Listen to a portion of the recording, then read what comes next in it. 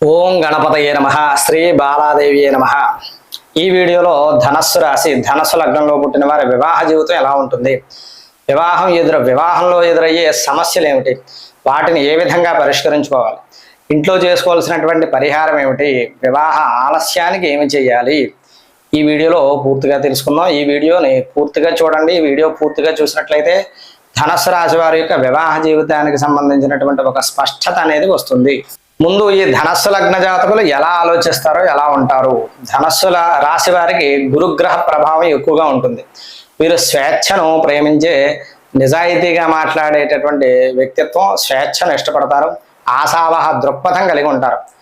అలాగే నిజాయితీగా ఉండడం, ఉత్సాహం, ఆత్మవిశ్వాసం, ప్రయాణాలు, కొత్త అనుభవాలపై ఆసక్తి, ఆధ్యాత్మికత వైపు మొగ్గు చూపుతారు. ఓపెన్ మైండ్గా ఉంటారని చెప్పవచ్చు. వివాహ జీవితంలో ఎలా ఆలోచిస్తారు? మొట్టమొదటిది నిజాయితీ మరియు క్లారిటీ. దాచకుండా నిజం మాట్లాడతారు. సంబంధంలో స్పష్టత కోరుకుంటారు. అపార్థాలు తగ్గించే ప్రయత్నం చేస్తారు.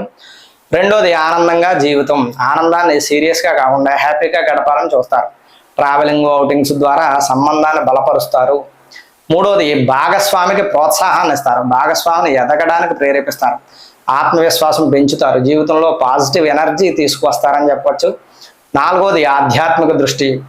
దేవుడు, ధర్మం, నైతిక విలువలకు ప్రాధాన్యం ఇస్తారు. కుటుంబంలో మంచి విలువలు తీసుకొస్తారని చెప్పచ్చు.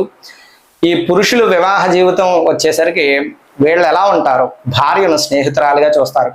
సరదాగా జీవితం గడపాలని చూస్తారు. నిజాయితీగా ఉంటారు. కానీ స్వేచ్ఛ ఎక్కువగా కోరుకుంటారు. మాటల్లో నేరుగా ఉండటం వల్ల గొడవలు రావచ్చు. మహిళలు ఏ విధంగా ఉంటారు అంటే ఆత్మవిశ్వాసం ఎక్కువ, భాగస్వామితో సమానత్వం కోరుకుంటారు. జీవితాన్ని ఉత్సాహంగా గడపాలని చూస్తారు. కానీ నియంత్రణ ఇష్టపడరు.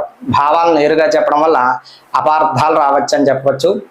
ఇక వీరికి వివాహ జీవితంలో ఎదురయ్యేటటువంటి సవాళ్ళు, సమస్యలు ఏమిటి అంటే ఉత్సాహంగా, నిజాయితీగా, స్వేచ్ఛను ప్రేమించే స్వభావం కలిగిన వారు వీరు. కానీ అదే స్వభావం వల్ల దాంపత్య జీవితంలో కొన్ని సవాళ్ళు ఎదుర్కొంటారు. ఒకటోది, మొట్టమొదటిది ఏంటంటే స్వేచ్ఛకు అధిక ప్రాధాన్యం. వ్యక్తిగత స్వేచ్ఛను ఎక్కువగా కోరుకోవడం, ఎవరి నియంత్రణ ఇష్టపడకపోవడం. దీంతో ఏమిటంటే భాగస్వామికి నిర్లక్ష్యం చేస్తున్నారనేటటువంటి భావన రావచ్చు, దూరం పెరగవచ్చు.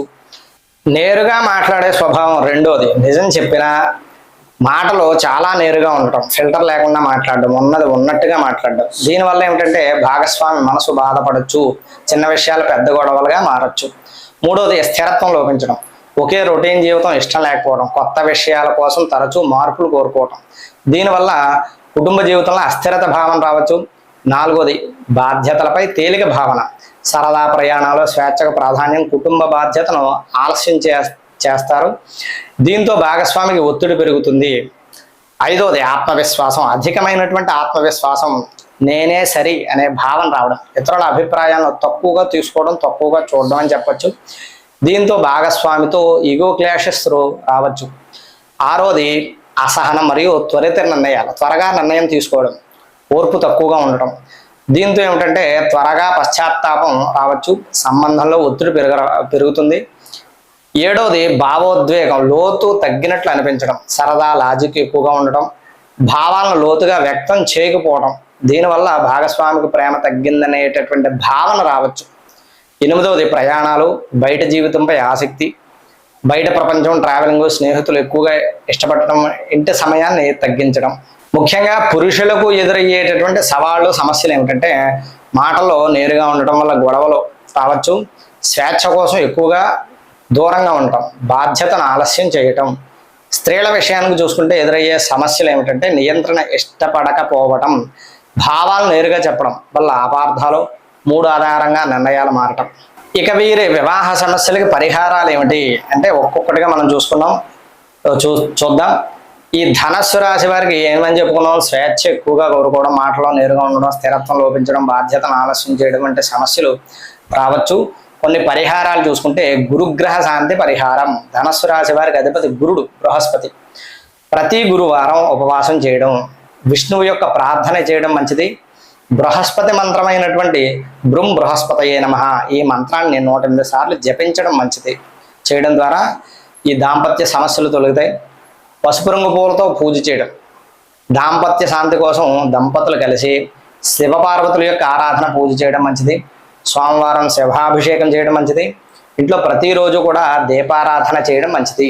స్వేచ్ఛ, బాధ్యత, సమతుల్యత కోసం ప్రతి నిర్ణయం తీసుకునే ముందు ఆలోచించడం, భాగస్వామితో ఓపెన్గా మాట్లాడడం, కుటుంబానికి క్వాలిటీ టైం ఇవ్వడం, కోపం మరియు మాటల తీవ్రత తగ్గించడానికి ధ్యానం లేదా ప్రాణాయామం చేయడం మంచిది.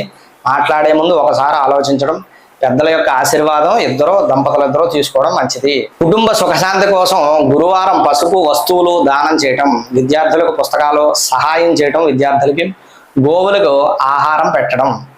వివాహం ఆలస్యం అయితే కనుక చేసుకోవాల్సింది శ్రీ మహావిష్ణువు యొక్క ఆరాధన, నవగ్రహ ప్రదక్షిణ, గురుగ్రహ శాంతి, హోమం, జపం చేయడం ద్వారా వివాహానికి సంబంధించినటువంటి ఇబ్బందులు తొలగి త్వరగా వివాహం అవుతుంది. ఇక పాటించాల్సినటువంటి ముఖ్యమైన విషయాలు ఏమిటంటే వీళ్ళు మాటల్లో మృదుత్వం పెంచుకోవాలి, స్వేచ్ఛతో పాటు బాధ్యతను కూడా తీసుకోవాలి, భాగస్వామికి సమయాన్ని ఇవ్వాలి, తొందరపాటు నిర్ణయాలు తగ్గించాలి, భావాలను స్పష్టంగా చెప్పాలి. ఇది చూశారు కదా ధనుస్సు రాశి వారి యొక్క వివాహ జీవితం, వచ్చేటటువంటి సమస్యలు, పరిహార మార్గాలు.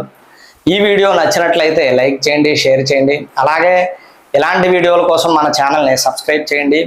ఈ వీడియోకి సంబంధించినటువంటి మీ యొక్క అభిప్రాయాన్ని కామెంట్స్ రూపంలో తెలియజేయండి. అలాగే మీకు జాతక సంబంధంగా కానీ వాస్తు సంబంధంగా కానీ ఏదైనా సందేహాలు, సమస్యలు ఉంటే మమ్మల్ని సంప్రదించవచ్చు. మా యొక్క ఫోన్ నెంబర్ ఇది. మరొక వీడియోలో మరలా కలుద్దాం. అంతవరకు స్వస్తి.